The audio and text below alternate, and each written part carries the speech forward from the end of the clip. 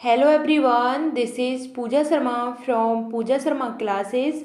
उम्मीद करती हूँ आप सब अच्छे होंगे। तो आज हम डिस्कस करेंगे सी टेट जुलाई 2023 के लिए। मैंने टॉप 5 क्वेश्चन की सीरीज चला रखी है। इसमें मैं आपको टॉप 5 क्वेश्चन कराती हूँ जो आपके सी टेट के एग्जाम में बार बार रिपीट होके आते हैं। तो आपको इन सीरीज़ को अच्छे से फॉलो करना है। मात्र आपकी 6 से 7 मिनट की वीडियो होगी। तो यहाँ पे आपके 5 क्वेश्चन हैं वह रिपीट होके आएंगे, जो बहुत ही ज़्यादा इनके आने की क्या है, इनकी पॉसिबिलिटी बनती है। तो स्टार्ट करते हैं। आपको वीडियो पसंद आती है तो वीडियो को लाइक कर देना और अपने दोस्तों के साथ शेयर कर देना। चैनल को सब्सक्राइब नहीं किया है तो चैनल को सब्सक्राइब कर लेना और बेल आइकन को प्रेस कर लेना, जिससे आने वाली वीडियो का भी नोटिफिकेशन आपको मिल जाएगा। फ्री नोट्स के लिए आप टेलीग्राम चैनल से जुड़ जाइएगा। वहाँ पे मैंने आपको सीटेट के लिए प्रीवियस ईयर क्वेश्चन पेपर दे दिए हैं। मैं आपको प्रीवियस ईयर क्वेश्चन पेपर को भी सॉल्व करा रही हूँ, तो आप साथ ही साथ उनको देख सकते हैं। यूपी टेट की क्लासेस भी चला रखी हैं, उनको भी देख सकते हैं। और मैं यह आपकी 5 क्वेश्चन की सीरीज है, इनको तो आप देखना बिल्कुल भी मत भूलना। तो स्टार्ट करते हैं। सबसे पहले समझते हैं कि बच्चों के विकास के संबंध में निम्नलिखित में से कौन सा कथन सही है। विकास के संदर्भ में आपका 1 से 2 क्वेश्चन आपके बन जाते हैं। तो विकास को आपको अच्छे से पढ़ के जाना है कि कौन सा कथन है वह सही है। विकास के क्षेत्र सुस्पष्ट और उनका एक दूसरे से कोई संबंध नहीं है। क्या है? विकास का क्षेत्र क्या है? सुस्पष्ट है और उसका एक दूसरे से कोई संबंध नहीं है। ऑप्शन 2 आता है कि बाल विकास से संबंधित विभिन्न सिद्धांत बच्चों के विकास के विषय में एक मत है। तो आपको इसका आंसर बताना है, क्या यह सही होता है या फिर यह गलत होता है। थर्ड आता है आपका कि बच्चों का विकास उनके सामाजिक संदर्भ से प्रभावित होता है या फिर सभी बच्चों के लिए विकास एक निर्बाध व निरंतर प्रक्रिया है। तो विकास के बारे में कौन सा कथन है वह बिल्कुल सही है, तो आपको बताना है। इसका सही आंसर क्या हो जाता है कि विकास के क्षेत्र सुस्पष्ट और उनका एक दूसरे से कोई संबंध नहीं है। नहीं की बात कर दी, यह तो आपका गलत ही हो जाता है।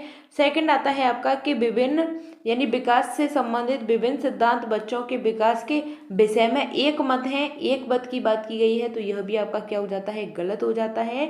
थर्ड आता है विकास, बच्चों का विकास होता है उनके सामाजिक संदर्भ से प्रभावित होता है। तो जहाँ पे सामाजिक संदर्भ की बात की गई, सोशल कॉन्टेक्स्ट की बात की गई, तो यह आपका क्या हो जाता है? बिल्कुल पॉजिटिव आंसर होता है और बिल्कुल सही आंसर होता है। फोर्थ नंबर पर आता है कि सभी बच्चों के विकास एक निर्बाध और निरंतर प्रक्रिया है। तो सभी बच्चों का विकास है वह एक तरीके से नहीं हो सकता है। सभी का विकास अलग अलग दर से होता है। सभी का विकास एक तरीके से बिल्कुल नहीं होता है, कंटिन्यूस नहीं चलता है। तो यह आपका नेगेटिव हो जाता है। ऑप्शन नंबर थर्ड आपका राइट आंसर हो जाता है कि बच्चों का विकास होता है वह सामाजिक संदर्भ से प्रभावित होता है। ऑप्शन नंबर थर्ड आपका सही आंसर हो जाता है। क्वेश्चन नंबर 2 आता है आपका कि निम्नलिखित में से आपको सी टेट के एग्जाम में अपनी जो अंडरस्टैंडिंग है, समझ है, इसको सिर्फ बेहतर करना है। आप बच्चों को पॉजिटिव तरीके से लें, क्योंकि आप टीचर बनने जा रहे हैं। तो बच्चों को आपको क्या करना है? बिल्कुल पॉजिटिव तरीके से उनकी प्रॉब्लम्स को सॉल्व करना है। तो आप एक बेहतर टीचर के रूप में क्वेश्चंस को भी इसी तरीके से सॉल्व कर सकते हैं। तो क्वेश्चन 2 आता है आपका कि निम्नलिखित में से कौन सा तीसरी कक्षा विद्यार्थियों के स्तर के अनुकूल सूक्ष्म गतिक कौशल का उदाहरण है। आपको बताना है कौन सा उदाहरण है सूक्ष्म गतिक कौशल का। तो यहाँ से आपका एक क्वेश्चन बनता है, आपका एक क्वेश्चन यहाँ से पूछा जाता है, तो आपको समझना है। तो दोस्तों के साथ दौड़ना होता है, या फिर आपका एक धागे में मोती पिरोना होता है, या सीढ़ियाँ चढ़ना होता है, या फिर खरगोश की तरह फुदकना होता है। तो आपको इसका आंसर बताना है कि सूक्ष्म गतिक कौशल क्या होता है। क्या होता है सूक्ष्म गतिक कौशल? आपको बताना है इसका सही आंसर कि ऑप्शन नंबर सेकंड सही आंसर है कि एक धागे में क्या करना? मोतियों को पुराना। इसका मतलब है कि मोतियों को उसमें धागे में करना, यानी कि उनकी क्या बन जाती है? माला बन जाती है, एक माला बन जाती है।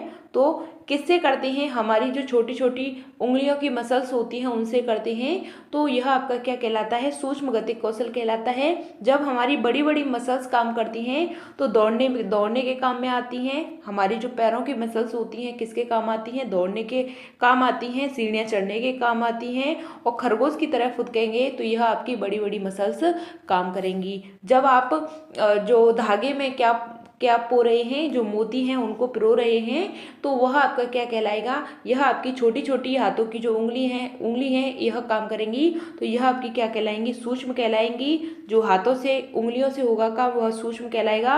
और यह जो दौड़ना है, चढ़ना है, फुदकना है, यह आपका क्या कहलाएगा, यह आपका स्थूल कहलाएगा। क्या कहलाएगा, स्थूल कौशल का उदाहरण हो जाते हैं यह आपके तीनों, और सूक्ष्म का उदाहरण हो जाता है ऑप्शन नंबर 2। क्वेश्चन नंबर आपका नेक्स्ट आता है कि निम्नलिखित में से कौन सी प्रवृत्ति गुण पूर्णतः आनुवांशिक है। आपको बताना है पूरी तरह से क्या है, आनुवांशिक है। तो इसका आंसर आपको बताना है कि आंखों का रंग होता है, बुद्धि होती है, नैतिक विकास होता है, या फिर सामाजिक कौशल होता है। तो आपको इसका आंसर बताना है कि निम्नलिखित में से कौन सी प्रवृत्ति है वह पूर्णतः आनुवांशिक है, पूरी तरह से क्या है, आनुवांशिक है। तो इसका सही आंसर आपको बताना है। ऑप्शन दे रखे हैं फर्स्ट और सेकंड, फर्स्ट सेकंड और थर्ड। तो इसका आंसर आपको बताना है क्या हो जाता है कि पूरी तरह से क्या है, आनुवांशिक है। यानी कि हमारे जो माता पिता होते हैं, हमारे पूर्वज होते हैं, उनसे ही प्राप्त हमारे जो गुण होते हैं, हेरिडिटी होती है, वही आपकी क्या कहलाती है, हेरिडिटी आपकी आनुवांशिक कहलाती है। तो यह आपकी बुद्धि होती है, तो यह बात भी गलत हो जाती है। नैतिक विकास यह भी आपका समाज में आके होता है, सामाजिक कौशल यह भी आपके समाज से होते हैं। तो यह आपके तीनों क्या हो जाते हैं, गलत हो जाते हैं।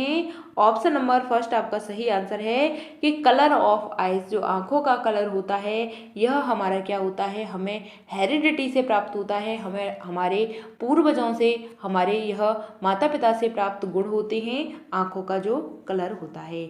यहाँ तक बात क्लियर।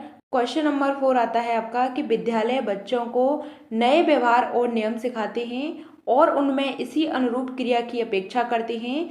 तो विद्यालय सामाजिकरण की संस्था के रूप में कार्य कर रहा है। तो आपको इसका आंसर बताना है कि कौन सी वह जो सामाजिक संस्था है उसके रूप में कार्य करता है। आपकी दो संस्थाएं होती हैं, एक होती है आपकी प्राथमिक और आपकी दूसरी होती है द्वितीयक। क्या होती है, प्राथमिक होती है और एक होती है आपकी द्वितीयक। तो आपको बताना है कि जो सामाजिकरण की यह कौन सी संस्था कहलाती है।